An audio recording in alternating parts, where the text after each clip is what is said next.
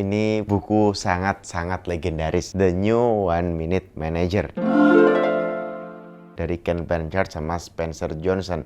Spencer Johnson yang bikin penulis Who Moved My Cheese. Jadi nanti kita bahas juga habis baca ulang lagi saya cerita itu. Buku ini buku yang sangat-sangat legendaris, dibikin dari tahun 1981, berarti kan udah lebih dari 40 tahun. Tapi ketika buku legendaris memang sangat-sangat relevan. Sudah terjual lebih dari 12 juta eksemplar dan diterjemahkan ke 27 bahasa. Sederhananya buku ini ngajarin kita sebagai para leader, para manajer, ketika kita mau melakukan sesuatu, just keep it simple. The framework should be very very simple, sehingga ketika kita mau bangun tim, ketika kita mau mencapai goal itu jadi sederhana banget. Ini tentu ini basic ya. Basic itu memang sesuatu mendasar, fundamental. Ada penurunan-penurunan kalau mau jadi manajer ya, mungkin banyak ilmu-ilmu lainnya, tapi ini menurut saya sangat-sangat powerful dan sampai sekarang masih sangat-sangat ngaruh. Apa itu one minute manager? Dia ngasih tahu bahwa sebenarnya ada 1 menit yang sangat berarti ketika kita jadi manajer. Dia menjadi 3 bagian. 1 menit pertama adalah one minute goal setting. Artinya apa? Kalau kita mau bikin goal atau kita mau menyampaikan goal ke tim kita, misalnya goalnya apa? Secara spesifik, targetnya apa? Definisi tercapainya apa? Kayak definisi berhasilnya apa? Sangat-sangat jelas, spesifik. Terus kayak, oh ini goal kamu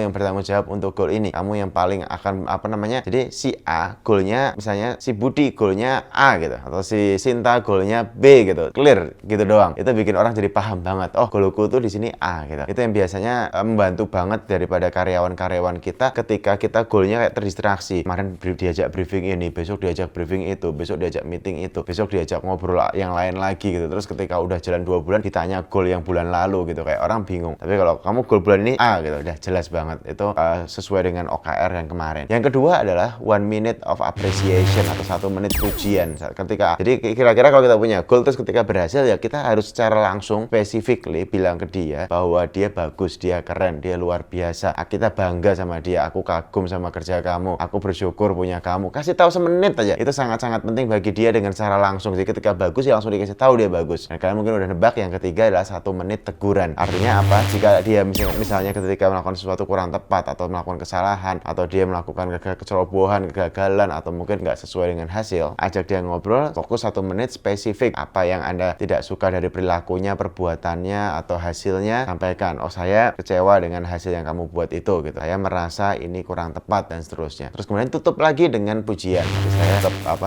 support kamu, atau saya tetap merasa bahwa yang kamu lakukan kamu sudah berusaha, saya bangga padamu. Jadi kayak kasih spesifik bahwa kita mau negur dia, karena orang yang nggak ditegur juga dia akan sedih. Kenapa aku salah aku didiemin aja, salah aku dicuekin aja, aku nggak dianggap, kayak nggak ada bedanya aku di sini atau nggak di sini dan seterusnya. Jadi buku ini jelasin bahwa kalau bikin goal sangat jelas, 1 menit jelaskan dalam 1 menit dia ngerti, berarti itu goalnya bagus. Kalau ada sesuatu puji 1 menit, kalau ada yang kurang tepat kasih teguran 1 menit. Itu membuat hidup kita jauh lebih sederhana. Karena biasanya ada orang yang marah-marah bisa kayak sejam 2 jam, berhari-hari, berminggu-minggu, atau bahkan bisa jadi kita nggak suka sama karyawan A gitu. Kayak kita ngomel, ngeluh kemana-mana, ngomongin dia terus-menerus ke board director, ke tim kita dan seterusnya. Seluruh kantor tahu, tapi orang itu nggak tahu kalau dia ternyata salah gitu. Jadi kita cuma ngomong di belakangnya aja gitu. Sama halnya dengan pujian juga sama. Ada karyawan kita yang bagus banget, kita bangga, kita puas, wah keren nih kita, tapi kita nggak pernah ngomong ke dia gitu. Jadi ini sebenarnya di sini ngajarin kalau punya goal jelas siapa goalnya apa. Kedua, kalau bagus ya jelas langsung kasih pujian. Kalau dia kurang bagus kasih teguran yang spesifik tentang hal itu gitu. Jadi bukan ngerembet kemana-mana. Biasanya kita karena emosi ke orang terus jalan 1-2 bulan tiba-tiba marahnya udah kayak karena banyak sekali hal ditumpuk dan kita mungkin jadi nggak relevan lagi, nggak logis lagi. Tiba-tiba udah hubungannya nggak enak gitu dan seterusnya. Akhirnya ya entah siapa yang ribut duluan atau resign duluan gitu. Jadi ini mengajarkan kita sebuah hal sederhana, framework cara berpikir jadi manajer, keep it simple gitu ya. Semua hal dibikin simple ketika kita ngelihatnya goalnya apa, kalau bagus dipuji, kalau nggak bagus ditegur dengan bijaksana. Selesai. Thank you.